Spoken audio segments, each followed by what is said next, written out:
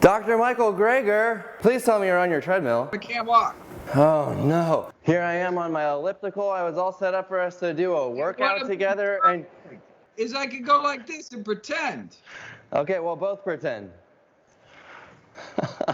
Are you still standing on the treadmill because you have this walking desk there, but you're just not able to do it? Yeah, so hey, I am on the treadmill, it's just not moving. I've been planning this joke for ages where we would both be working out together. So we're gonna... Awesome. No, I totally screwed up. No, it was perfect. So thanks for the advanced copy of your book. I only got it a few days ago, unfortunately, so I haven't been able to read all 600 pages. You know how it goes. You didn't hold back, did you? Ah, well, there's a lot to get out there. So tell me, since I haven't had the chance to read it thoroughly, what is the difference between this new book, How Not to Diet, and How Not to Die? So How Not to Die was on preventing, arresting, or reversing chronic lifestyle disease. So first half was just 15 chapters, each of the 15 leading causes of death, talking about the role diet may play in preventing, arresting, or reversing each of our top 15 killers. So, chapter on heart disease, chapter on breast cancer, chapter on Alzheimer's, chapter, and then the second half was more like a practical ways to kind of, translate this mountain of evidence into day-to-day grocery store type decisions. The second book is about weight loss. The second book is like, yeah, it would be nice to have a diet, weight loss diet that's safe, nutritious, sustainable, and healthy. But putting all that aside, what works, right? I want to know what is the best diet for weight loss. Every possible, tip, trick, tweak, technique proven to accelerate the loss of body fat in the peer-reviewed medical literature. After all my years scouring through it, to say, this is what works. I do want to push you on some of the details of that second half of the book because it's very interesting and very nerdy, which is kind of the scientific type of that I have in my head. But so who would you say your intended audience is for this book? Obviously, with that second section, I mean, you take a little bit more of a reductionist approach to some of these things like you did in the second half of the book, and that's not necessarily a criticism, but it does get into the weeds. So I was just wanted to hear it in your words, who your intended audience is for the book. So it's everybody that wants to lose and maintain weight. So it's for people who are obese and want to become normal weight, people who are overweight, and people who are ideal weight and just want to stay that way.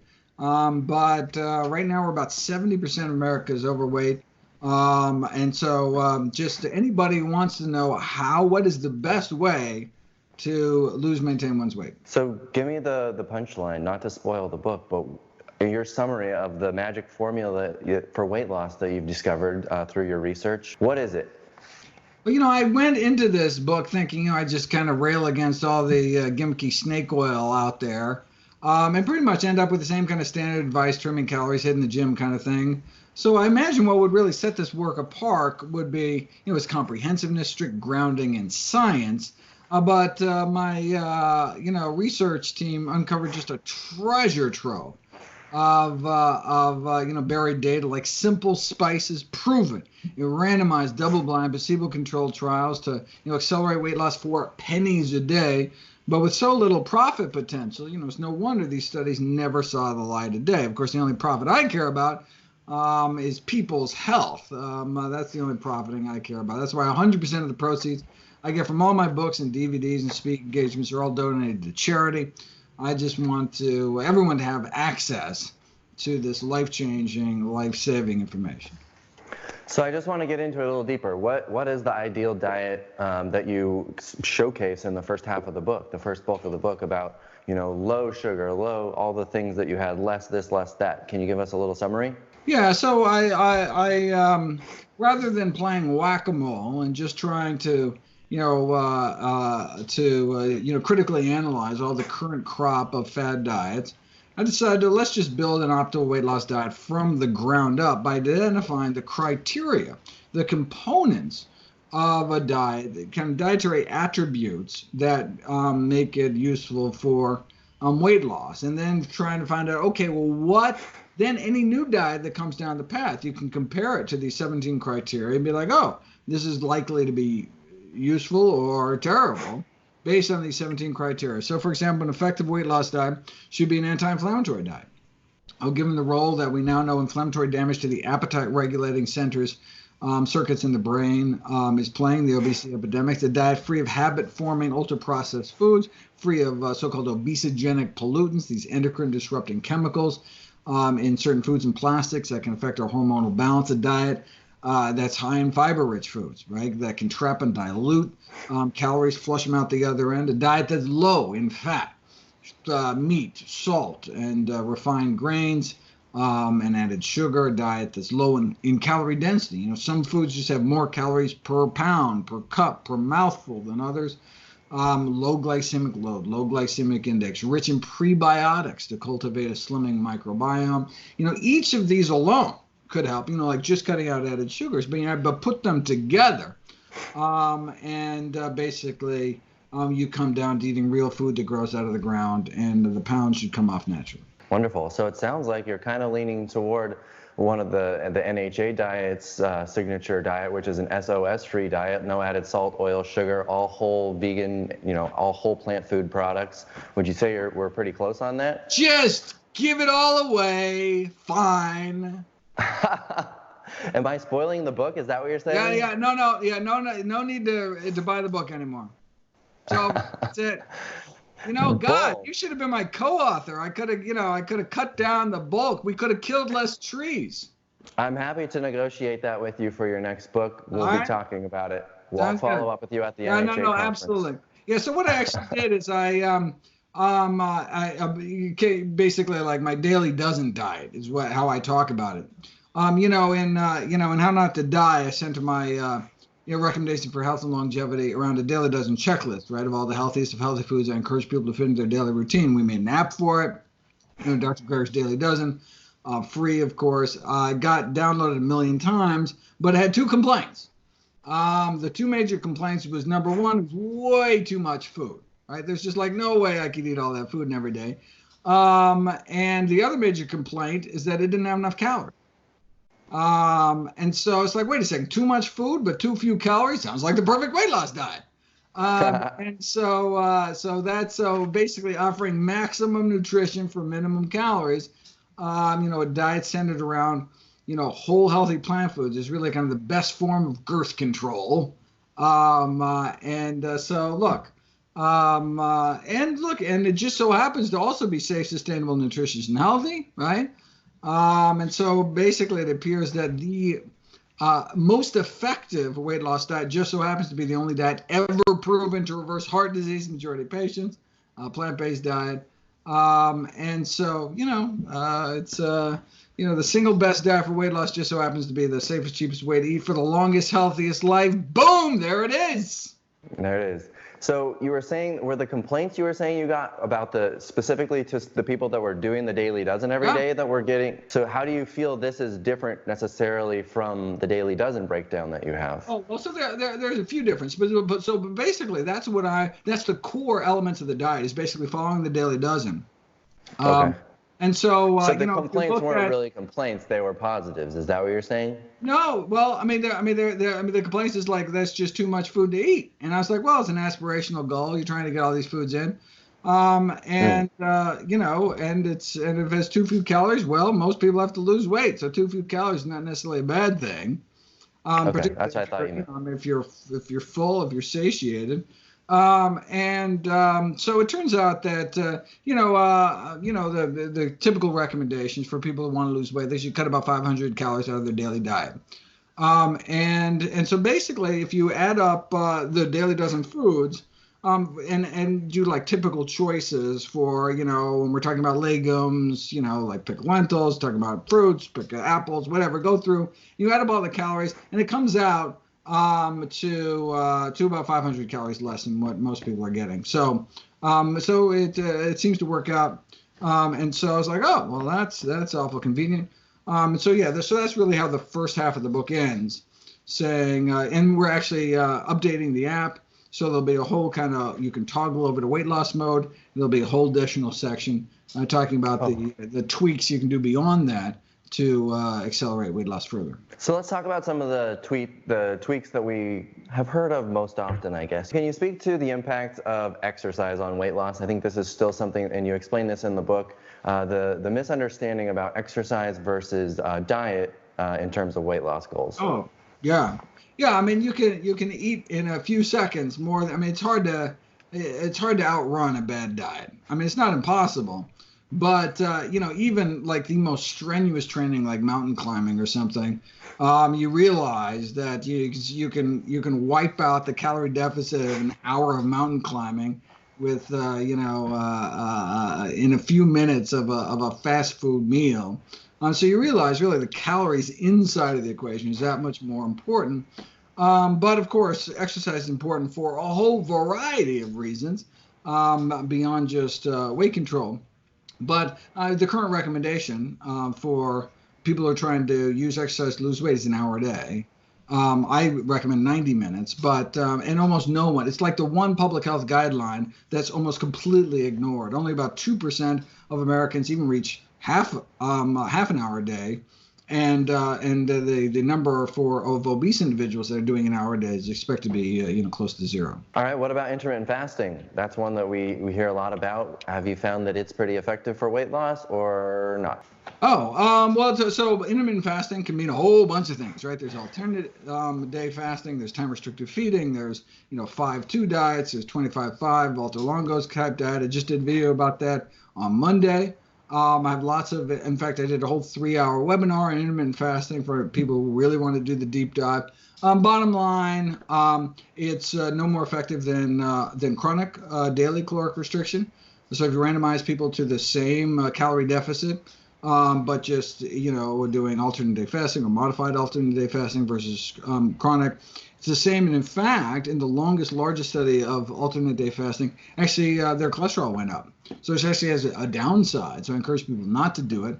But time restricted feeding, early time restricted feeding, is something I definitely get on board with. There's good data suggests we should try to restrict our eating to less than 12 hours a day. And in addition, that we should not be eating after 7 p.m. and that we should front load our calories towards the morning. So big breakfast and try to eat as many calories earlier in the day when our body is better able to handle them. Yeah, I was able to read your chronobiology section, which was really interesting. Isn't that wild?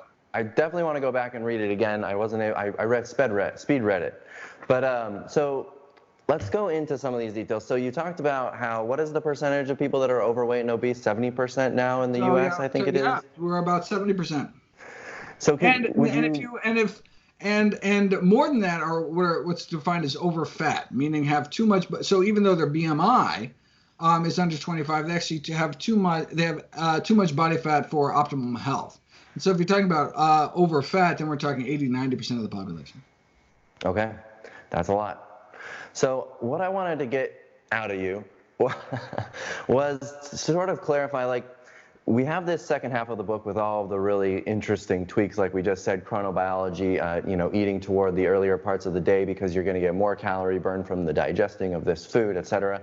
But is that what got us to 80-90% overweight? Was it because people weren't eating their food at the right time of day? Like, I get that these tools are effective for trimming doing a little bit of extra, but can you clarify that it wasn't because we were eating our food at the wrong time or having too wide of a food window that necessarily got us into this mess?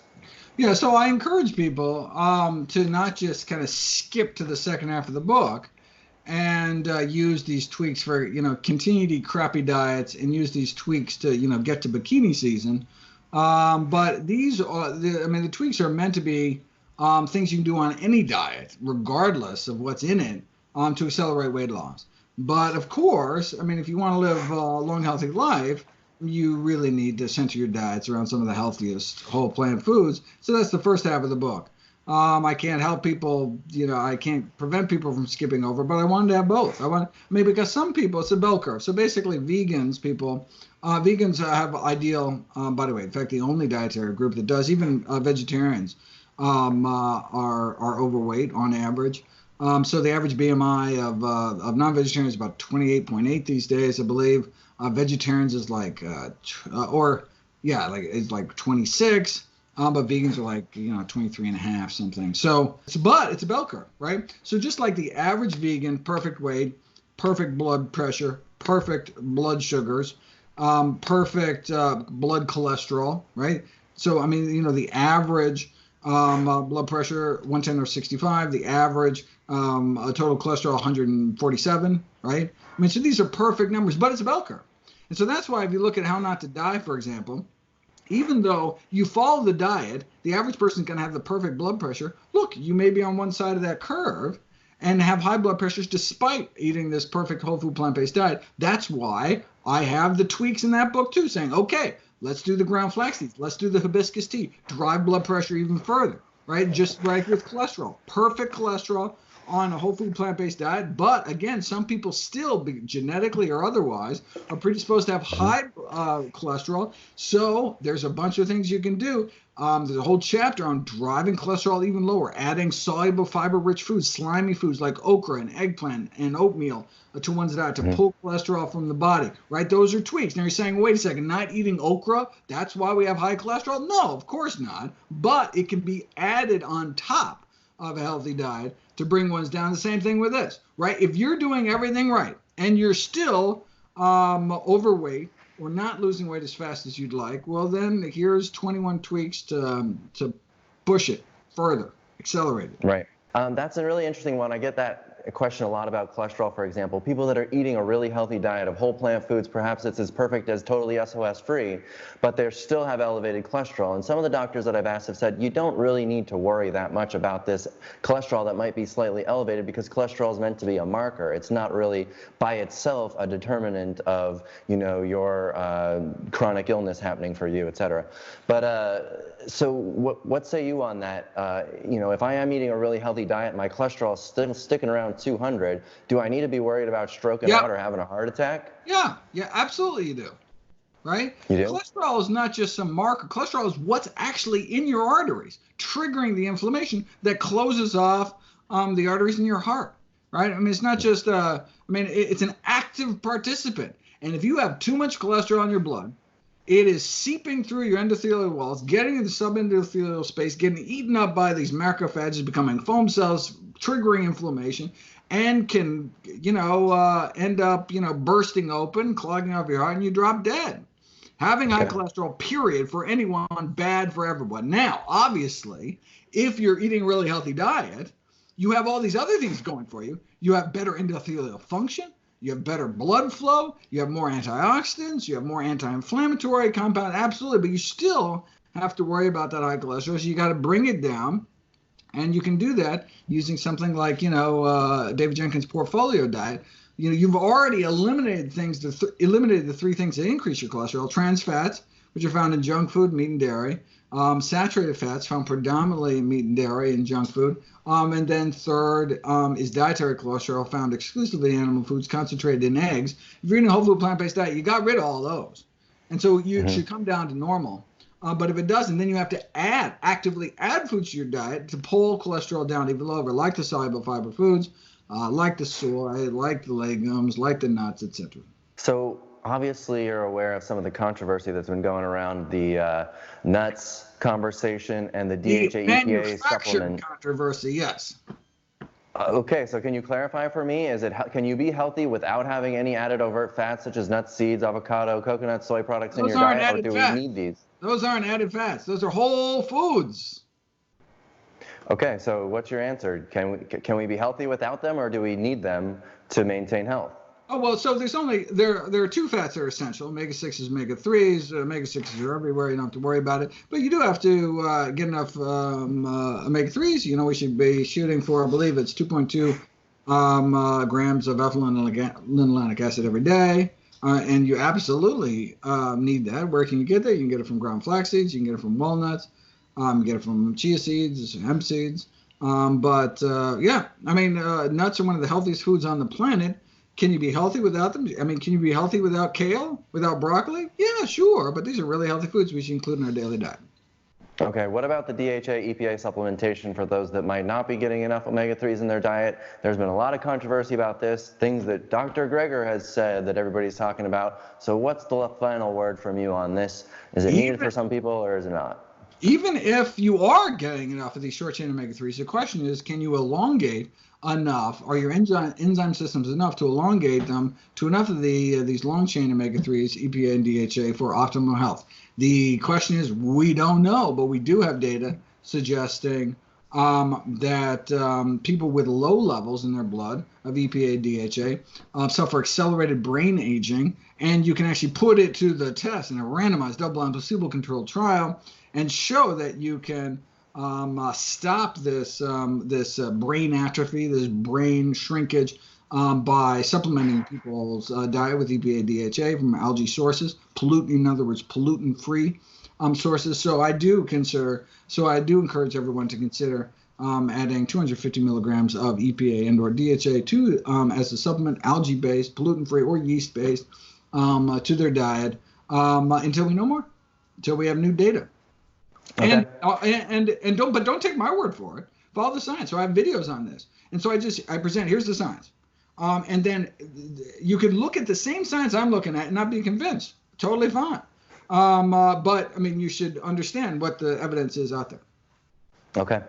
So what, in your experience, stories with people that have read your book, et cetera, what is knocking people off course from a healthy diet? Where are they getting stuck? What's the hardest thing to maintain that you're seeing out there? The data, forget what people tell me. We got data. Okay. The data suggests it's social pressures. So the biggest thing that keeps people is pressure from friends and family, holidays, work, eating occasions. I mean, it's just difficult in this unhealthy world to eat healthy. So if you don't have a supportive environment at home, you can imagine how easy it is to kind of slip off the path. But obviously that'll get easier and easier as more and more of the population starts taking their health seriously and eating healthier. I mean, look, if it wasn't a life and death situation, it wasn't a life and death decision as to what to put in your mouth 3 times a day, then okay, I think I'd be more concerned about any kind of social awkwardness that would come from just eating the sides at Thanksgiving tomorrow, rather than and skipping the turkey. But again, look, I mean, it doesn't really matter what you eat on, holidays, birthdays, special occasions. It's the day-to-day stuff that adds up. On a day-to-day basis, though, we really should try to eat healthy regardless, because it's the number one predictor of health and longevity is what we put in our mouth, more so than cigarettes. Yeah, my experience has been the same. Social pressure, like figuring out what food to eat is not very hard. It's a pretty simple formula, but sticking with it is really hard. Is that something that you discuss much in the book, the social pressure side, or is that content for another book? All the social pressure stuff I discussed in the new book is on weight stigma.